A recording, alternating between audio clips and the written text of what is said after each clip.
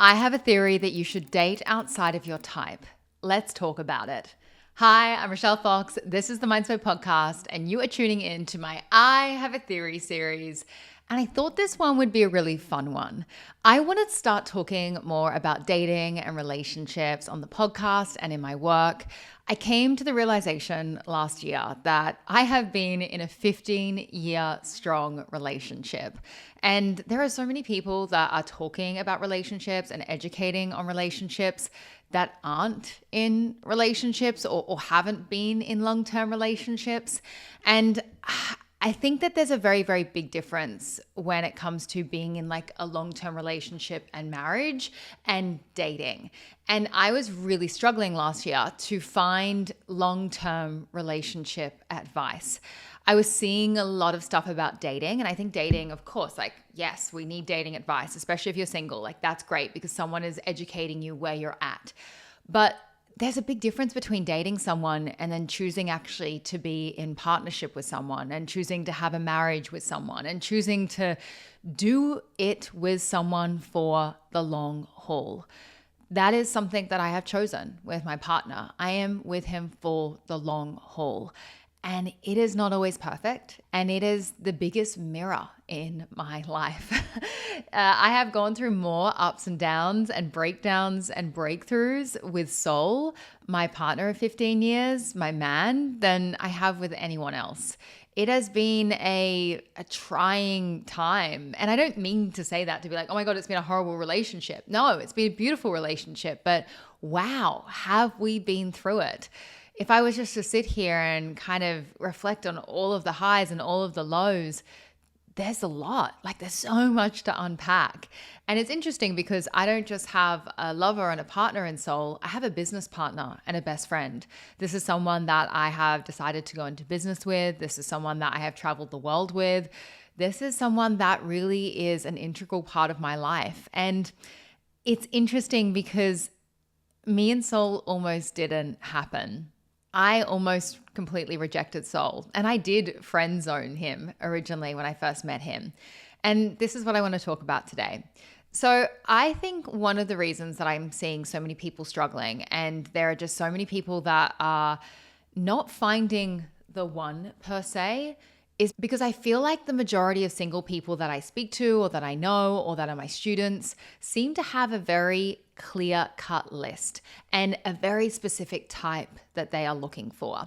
And this type for most people seems to be a very aesthetic type. It seems to be a type that has a certain look. They are very, very clear on what height they want, what kind of job and what kind of income they want the person to be making. And yes, I feel like a lot of people as well have values and things that they would like in that person's personality.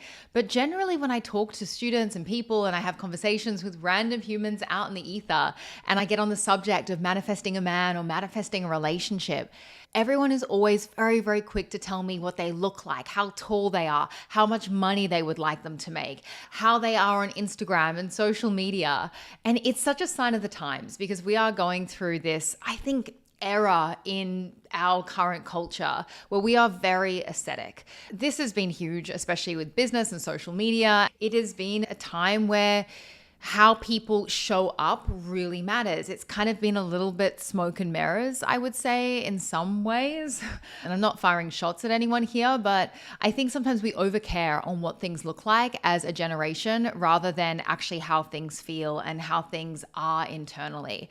We worry so much about how we are perceived or what the personal brand looks like rather than how the personal brand and the experience actually makes someone feel. And I think this is now leaked into relationships where people think a certain kind of look or a certain kind of aesthetic or someone ticking all of these boxes is going to make them feel a certain kind of way, when really it's not.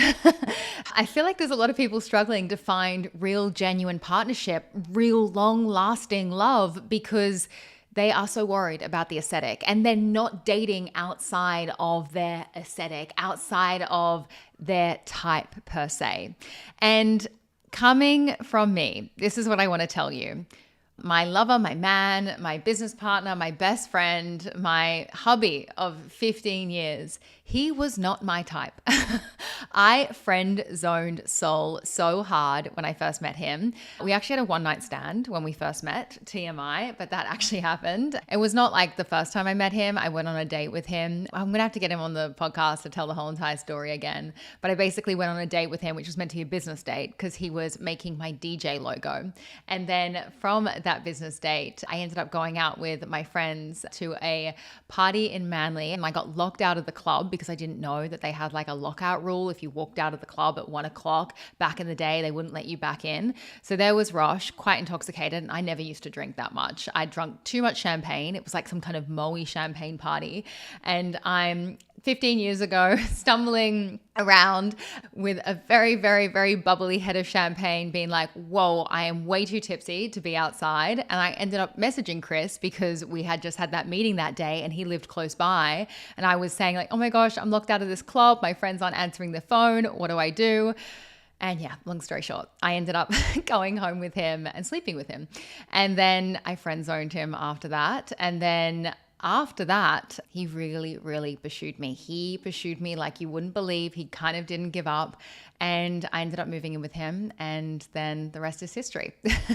It's a cute story. I'm missing some details there, but it was funny because he was not my type. Chris is shorter than me. That's the first thing I want to get into. I used to be someone that was very hell-bent on having a very, very tall guy in my life. All of my previous boyfriends were 6 foot something. I'd always gone out with a very specific, athletic, Aussie, private school boy kind of vibe, dark, tall, handsome, blue eyes, tan skin. I had a real aesthetic. Like I had a type and I wasn't dating outside of that. Like people had to match that type. And if you didn't match that type or if you weren't a certain height, I wouldn't even entertain the idea of being romantically involved. Then Sol came along and he was not my type. He had a shaved head and I used to love, like all of my boyfriends that I've ever had, they've always had like a full head of hair. And I used to like love playing with the guys that I was dating hair and they were always so tanned. And then here's Chris, shaved head, green eyes, not Australian. He's Australian German. So he is more German than he is Australian because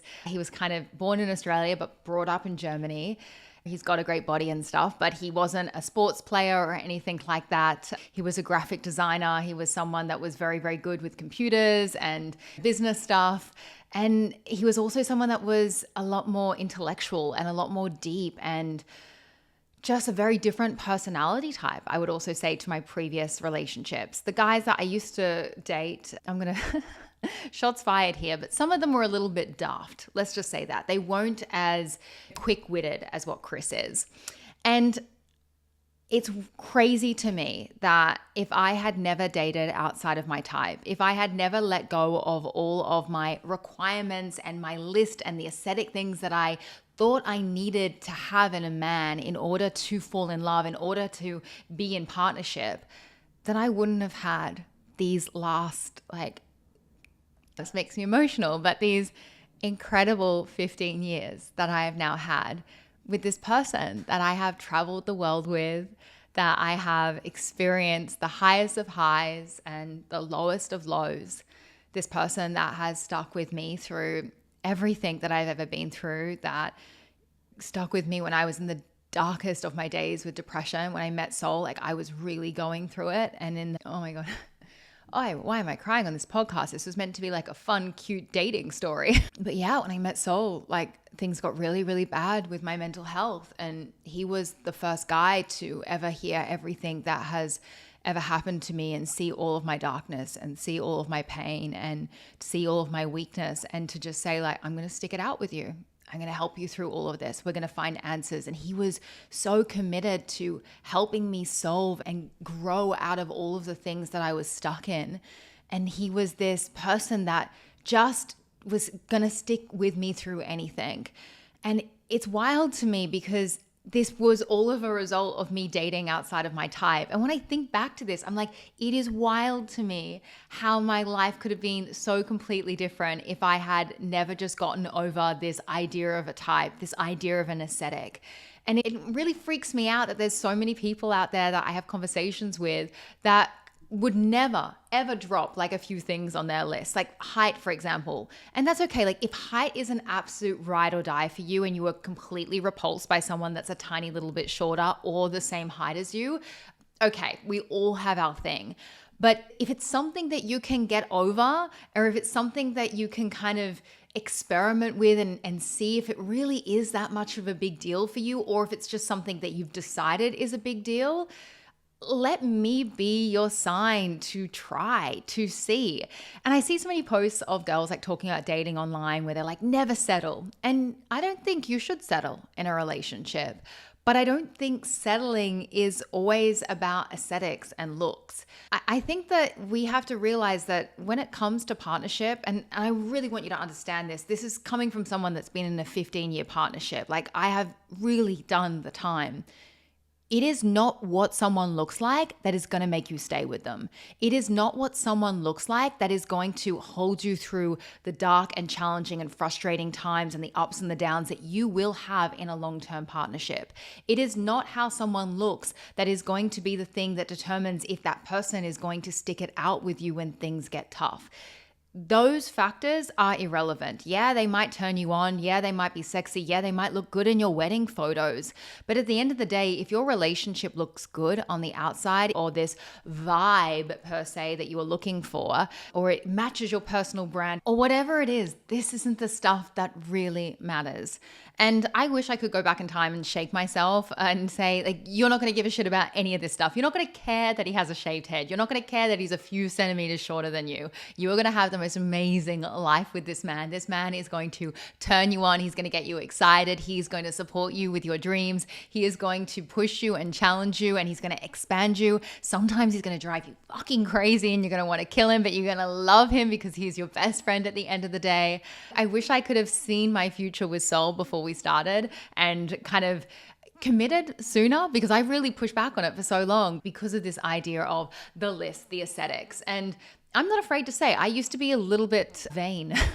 Chris always hates when I use that word and say that I'm vain, because he's like, you shouldn't say that you're vain to people. But I'm like, yeah, I was very kind of shallow for a little bit in my life, especially in my early 20s. Like I gave way too much of a shit about what things look like, and I didn't have as much depth to me, and I wasn't challenging myself to go deeper because I wasn't around people that were allowing me to go deeper. And I think I lived in this reality for so many years where everyone just told me like, oh, you look great, oh, you look pretty, oh, you're a model, and everything in my life was so surface based, and I had so much depth to me, but I was never recognized for my depth or for my intelligence or for my ideas. So I kind of held back. And then since being with Sol, I am so much more of an introspective, interesting, inquisitive person. I'm so much more curious. I am so much more worldly. I told myself that I could never not date like an Aussie guy. Like I had this vision of like the Australian guy that I would be with. And if I had just dated someone like that, then I would have never moved overseas. I would never have gone to Budapest. I would never have traveled to Bali. I never would have started my retreats business. Like there are so many things in my life that never would have happened if I didn't date outside of my type. So this is my call to you. If you are someone that is dating and you are listening to this podcast and you are not dating outside of your type and you have a very rigid list and you are critiquing people and, oh my gosh, getting the ick with people, the amount of times I hear people talking about getting the ick, I didn't like... Or if you're getting the ick with people, and oh my gosh, this is a whole nother podcast, but I think people judge people way too quick and way too specific on this whole entire ick conversation. I feel like people don't even give certain people a chance because they're so icked out by little things. Humans are quirky, and I think we need to remember that. There are so many things that Sol does that are really quirky. And I think if we were dating now, if we had just started dating now and there was this whole language and culture around an ick, I would have icked myself out about my own incredible partner and relationship because that was like what you do. People give you the ick. But instead, when I first started dating Sol, I was just like, oh my gosh, this is like so weird of him. He's so quirky with this. Like this is different. People are different. People are quirky. And I think that the more individual someone is, it's actually a sign that it's exciting, it's new.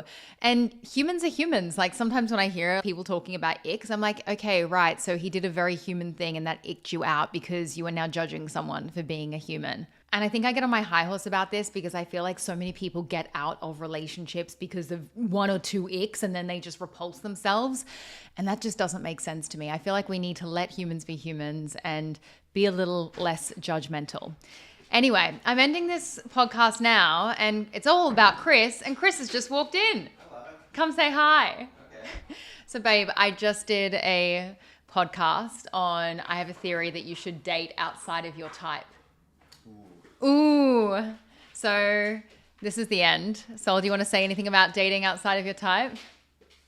Well, I think you have to investigate what your type is actually made up of. Because if it's all external stuff, Yeah. then you are not basing your type on the actual most important dimension, which is what they're like on the inside. That's what I basically said. And I think if you choose in life, you think that you should get the thing that you really want. But if you had that, you would just have eternal comfort. You wouldn't actually have any edges to rub up against where you can sharpen yourself and refine yourself. So sometimes the worst thing that can happen is that you get exactly what you want. And I don't think that's why we came here. Because I think soft living makes soft people. Very nice. So there you have it. I hope you enjoyed this podcast episode. This is your sign from the universe to go and date outside of your type. And if you have any stories on dating outside of your type, I would absolutely love for you to put them down in the comments. If you're listening on Spotify or YouTube, leave some information about dating outside of your type. Inspire other people to go and broaden their horizons, because I feel like we can just get so stuck in this. And I feel like this is why so many people are stuck in love and in dating. I will see you in the next one. Never forget that you create your own reality. So go out there and make some magic.